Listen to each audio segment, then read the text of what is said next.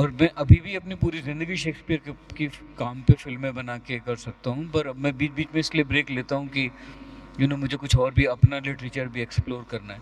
तो बेसिक तो यही मेरा जो जो जो क्वेस्ट थी, वो यही थी कि मुझे अच्छी कहानी और एक अच्छी कहानी जो होती है, वो कल्चर से, कंट्री से, रिलीजन से, उन सबसे ऊपर होती है। तो वो कहीं भी आप उसको उठा के अडेप्ट कर सकते हैं। अच्छी कहानी की सबसे बड़ी बात ये होती है। तो इसलिए मकबूल को मैंने अंडरवर्ल्ड में किया। कितनी हमारे इंडिया में कितने अडेप्टेशंस हुए हैं जो कि कई अलग-अलग जगहों में हुए हैं। ओथेलो के तो और ज़्यादा हुए हैं।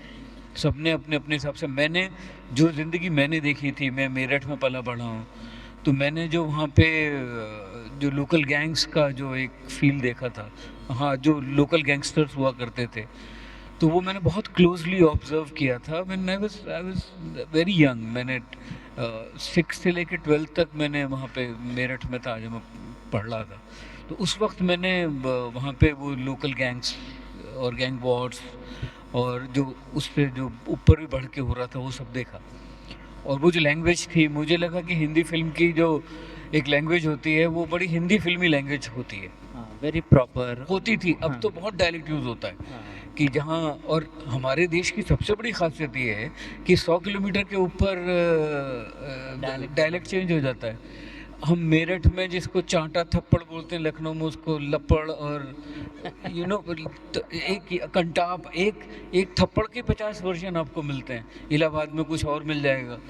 सो मुझे लगा कि ये इतना खूबसूरत हमारे देश की धरोहर है, और हम जब सिनेमा में आते हैं तो हम बिल्कुल एक हिंदी फिल्म लैंग्वेज अपनी क्रिएट कर लेते हैं। एंड उस वक्त मैं ओमकारा मेरी तीसरी या चौथी फिल्म थी, बहुत फायर थी मेरे अंदर। तो जब मैं बना रहा था तो मुझे बहुत ये था कि मैंने बहुत वो डायलॉग, जो डायलेक्ट था, उसको बहुत गूढ़े रंग में यूज़ किया था। पर क्योंकि मैं इतना मेरा हाई पे था मैं अपने करियर में, मुझे किसी ने सवाल नहीं किया कि ये ऐसा क्यों कर रहे हो। शायद उससे पहले किया होता तो बहुत लोगों ने पूछा होता। तो मैंने जो ज़िंदगी मैंने जी है, वो मैं उस शेक्सपियर की कहानी में, मैं उनकी कहानी का प्लॉट लेके, और मैं उसमें अपना अपना खून मैं उसमें डालता हूँ। हैमलेट में, हैदर में अलग बात थी कि मुझे कश्मीर को लेके हमेशा लगता था कि ये इतना पुराना कॉन्फ्लिक्ट है, इतना इतना बड़ा कॉन्फ्लिक्ट है, इतना कॉम्प्लिकेटेड कॉन्फ्लिक्ट है, और हम लोग कब से देखते आ रहे हैं, कितने लोग मर रहे हैं, आर्म्ड फोर्सेस, लोकल वहाँ पे मिलिटेंट्स, कितना बड़ा कॉन्फ्लिक्ट है, और हमने एक भी ढंग की फिल्म उसके ऊपर नहीं बनाई है। बहुत with all due, simplistic cinemas बनी हैं कश्मीर पे। हाँ, सिर्फ आई मीन हमेशा ये होता था, with all due respect to all my colleagues, कि हम लोग बाहर से जाके कश्मीर को देखते थे, कि कोई जर्नलिस्ट गया उसने देखा, या कोई आर्मी ऑफिसर गया उसने देखा, और तो इसलिए हम हमेशा बाहर से ही छू के आते थे उसे। मुझे लगा कि हम लोग जब तक अंदर से नहीं देखेंगे तो हम लोग कैसे होगा। तो बशरत पीर की कहाँ किताब थी, कर्फ्यूड नाइट्स, मैंने वो जब किताब पढ़ी तो मुझे लगा कि ये कश्मीर में जो ये असली तो ये है, जो ट्रेजेडी है कश्मीर की।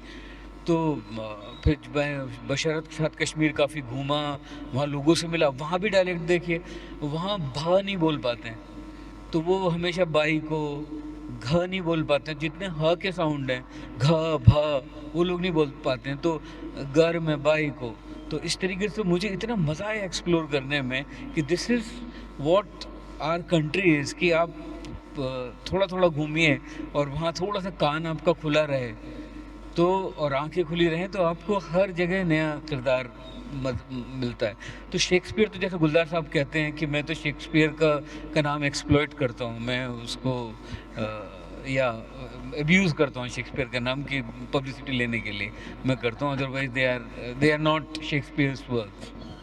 Absolutely that's a point that Gulzar ji has always made that अगर आपको पहले से पता ना होता या पब्लिसाइज ना हुई होती कि मकबूल या ओमकारा का ओरिजिन्स क्या है, किसी को पता चलने का नहीं था कि ये शेक्सपियर के स्टोरीज पे बेस्ड है, because you know the essence is know the local becomes the global, you know बहुत ही लोकलाइज सेटिंग है, पर 400 साल पहले लिखी हुई स्टोरीज हैं।